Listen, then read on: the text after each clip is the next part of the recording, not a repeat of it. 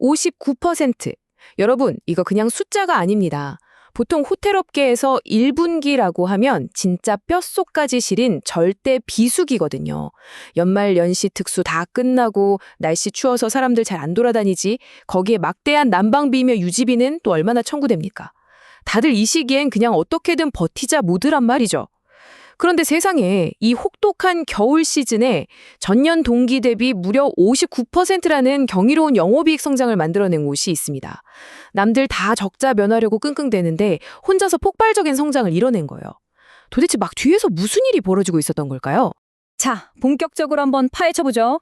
이번 자료 해설에서는 하나증권과 IBK 투자증권의 최신 애널리스트 리포트를 바탕으로 GSP&L이 어떻게 1분기에 이런 말도 안 되는 어닝 서프라이즈를 터뜨렸는지 그 미스터리를 풀어보겠습니다. 이게 그냥 우연인지 아니면 시장 판도를 바꿀 거대한 구조적 변화의 시장인지 지금부터 싹 다 짚어드릴게요. 오늘 살펴볼 순서 아주 간단합니다. 첫째, 비수기의 어닝 서프라이즈. 둘째, 인바운드 관광 붐. 셋째, 호텔별 실적 분석. 그리고 마지막 넷째로 상향된 향후 전망까지 훑어보겠습니다.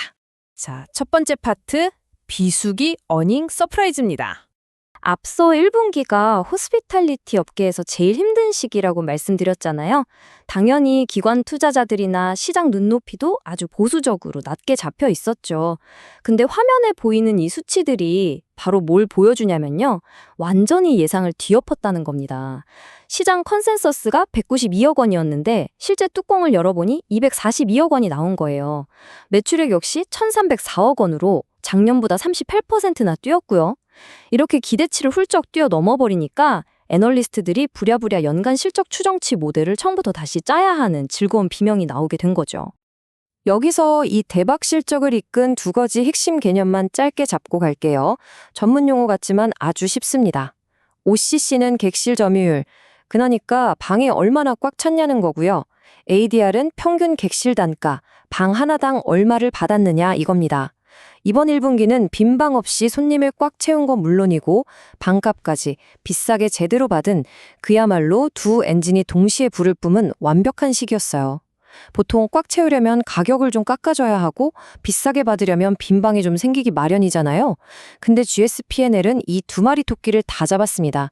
엄청나게 강력한 가격 결정력을 보여준 셈이죠.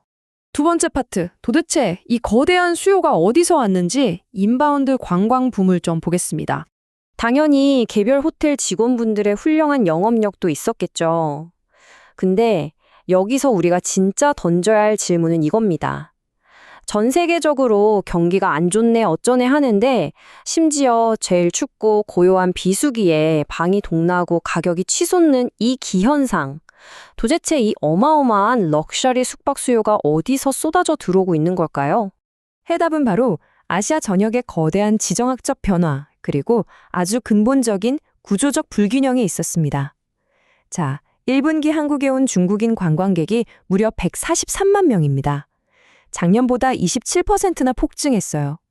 반면에 엔저 현상으로 호황이라던 일본은 어땠냐? 오히려 55%나 급감했습니다. 돈을 쓸 준비가 된 부유한 아시아 관광객들이 발길을 한국으로 싹 돌린 거예요. 여기서 진짜 중요한 건 이 수요를 받아낼 5성급 럭셔리 호텔은 턱없이 부족하다는 겁니다. 최고급 호텔 인프라를 하루아침에 뚝딱 지을 순 없잖아요. 공급은 철저히 막혀 있는데 최고급을 원하는 수요만 폭발하다 보니까 기존 럭셔리 호텔들 몸값이 천정부지로 솟구치게 된 겁니다. 여기 아주 재밌는 나비 효과가 하나 더 작용합니다. 바로 항공료예요. 전 세계적으로 유류 할증료가 가파르게 오르면서 유럽이나 미주 같은 장거리 여행 부담이 확 커졌죠. 그러자 항공사들이 머리를 쓴 겁니다. 돈 안 되는 장거리 대신 수요가 확실한 일본, 중국, 동남아 같은 단거리 노선의 비행기를 싹 다 투입하기 시작했어요. 그러니까 오히려 공급이 늘어서 한국행 티켓값은 2, 3월 수준으로 저렴해지는 기이한 현상이 벌어진 겁니다. 비싼 기름값이 오히려 한국으로 들어오는 관광객들의 문턱을 팍 낮춰주는 아이러니한 결과가 나온 거죠. 세 번째 파트, 호텔별 실적 분석입니다. 개별 브랜드들은 어땠는지 좀 더 디테일하게 들어가 보죠. 화면의 표를 보시면 4개 주요 브랜드가 각자 자기 몫을 아주 톡톡히 해낸 걸 알 수 있습니다. 그랜드 인터컨티넨탈부터 볼까요? 여기 핵심 매출원인 2층 연회장이 대대적인 리뉴얼 공사에 들어가서 사실 타격이 불가피했거든요. 근데 웬걸 호텔 내 일식당이 미슐랭 1스타를 딱 받아버리면서 식음료 부문이 잭팟을 터뜨립니다. 공사 손실을 다 메꾸고도 92억 원이라는 훌륭한 이익을 냈어요. 제주 파르나스도 개보수 비용이 좀 들었지만 럭셔리 호캉스 수요 덕분에 평균 객실 단가를 두 자릿수나 훅 끌어올리면서 이익을 짱짱하게 방어했고요. 비즈니스 라인인 나인트리 약진도 눈부십니다. 관광객들이 몰리면서 전 브랜드 중에서 가장 가파르게 반값이 올랐어요. 다들 각자 위치에서 펄펄 날았던 겁니다. 자, 여기서 진짜 재밌는 포인트가 뭐냐면요. 바로 웨스틴의 극적인 턴어라운드 스토리입니다. 웨스틴은 대규모 리뉴얼을 막 끝낸 참이라 장부상 어마어마한 감가상각비 폭탄을 안고 출마해야 했어요. 보통 럭셔리 호텔들은 체면 때문에 방이 좀 비어도 웬만해선 가격을 안 내리려고 하거든요. 근데 웨스틴 경영진은 달렸습니다. 체면 차리기보다 철저하게 실속을 챙긴 거예요. 일시적으로 객실 단가를 융통성 있게 낮춰서 일단 빈방 재료를 만드는 전략으로 선회한 겁니다. 방이 꽉 차니까 자연스레 부대 시설 매출이 덩달아 터졌고 결국 그 무거운 감가상각비를 다 털어내고도 2억 원이라는 사상 첫 분기 흑자를 이뤄냈습니다. 전략의 승리죠. 옆에 있는 객실 점유율 추이 그래프 한번 보시죠. 비수기에 대대적인 공사라는 악재가 겹쳤는데도 그랜드 IC 점유율이 82.6%입니다. 나인트리도 83.3%고요. 여러분, 호텔 합계에서 80%를 넘겼다는 건 사실상 풀부킹, 그러니까 방이 없어서 못 판다는 얘기입니다. 이게 그냥 잠깐 스쳐가는 유행이 아니에요. 고급 객실 공급이 폭발하는 인바운드 수요를 전혀 감당하지 못하고 있다는 엄청나게 강력한 구조적 시그널인 겁니다.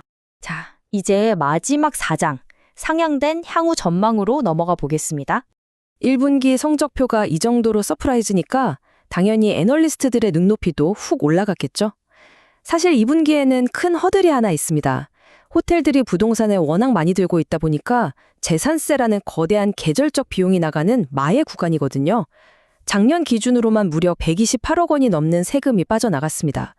당연히 이익이 확 줄어야 정상이잖아요? 근데 놀라지 마세요. 애널리스트들은 이 어마어마한 세금을 다 내고도 2분기 영업이익이 작년보다 78%나 껑충 뛴 205억 원이 될 거라고 전망하고 있습니다. 수백억 원대 세금 타격 정도는 가볍게 씹어먹을 만큼 현금 창출 능력이 완전히 레벨업 되었다는 뜻입니다. 그러니까 핵심은 이겁니다. 이 모든 엄청난 수익의 톱니바퀴들이 이제 막 완벽하게 맞물려 돌아가기 시작했다는 결론이에요. 글로벌 관광객들이 물밀듯 쏟아지는데 럭셔리 방은 턱없이 부족한 이 구조적인 붐업 환경은 성수기인 2분기까지 쭉 이어질 거고요. 흑자 맛을 제대로 본 웨스틴의 수익성은 갈수록 가속도가 붙을 겁니다. 게다가 1분기 실적 발목을 잡던 그랜드 IC의 연회장 공사마저 마침내 다 끝났잖아요. 꾹꾹 억눌려 있던 잠재력이 드디어 한꺼번에 폭발할 준비를 완벽히 마친 셈이죠. 시장도 당연히 이 완벽한 흐름에 즉각적으로 화답했습니다. 화면 보시는 것처럼 하나증권은 장기 주당 순이익 추정치를 대폭 끌어올리면서 목표 주가를 무려 72,000원으로 상향 조정했어요. 재무제표에 찍힌 숫자들부터 밖에서 밀려오는 매크로 환경, 그리고 브랜드 개별의 똑똑한 운영 전략까지 이 모든 지표가 이거 일시적인 반등이 아니라 길게 쭉 갈 구조적 성장이다라고 확신을 주고 있기 때문입니다. 오늘 자료 해설을 마무리하면서 맨 처음 슬라이드에서 던졌던 질문으로 다시 돌아가 보겠습니다.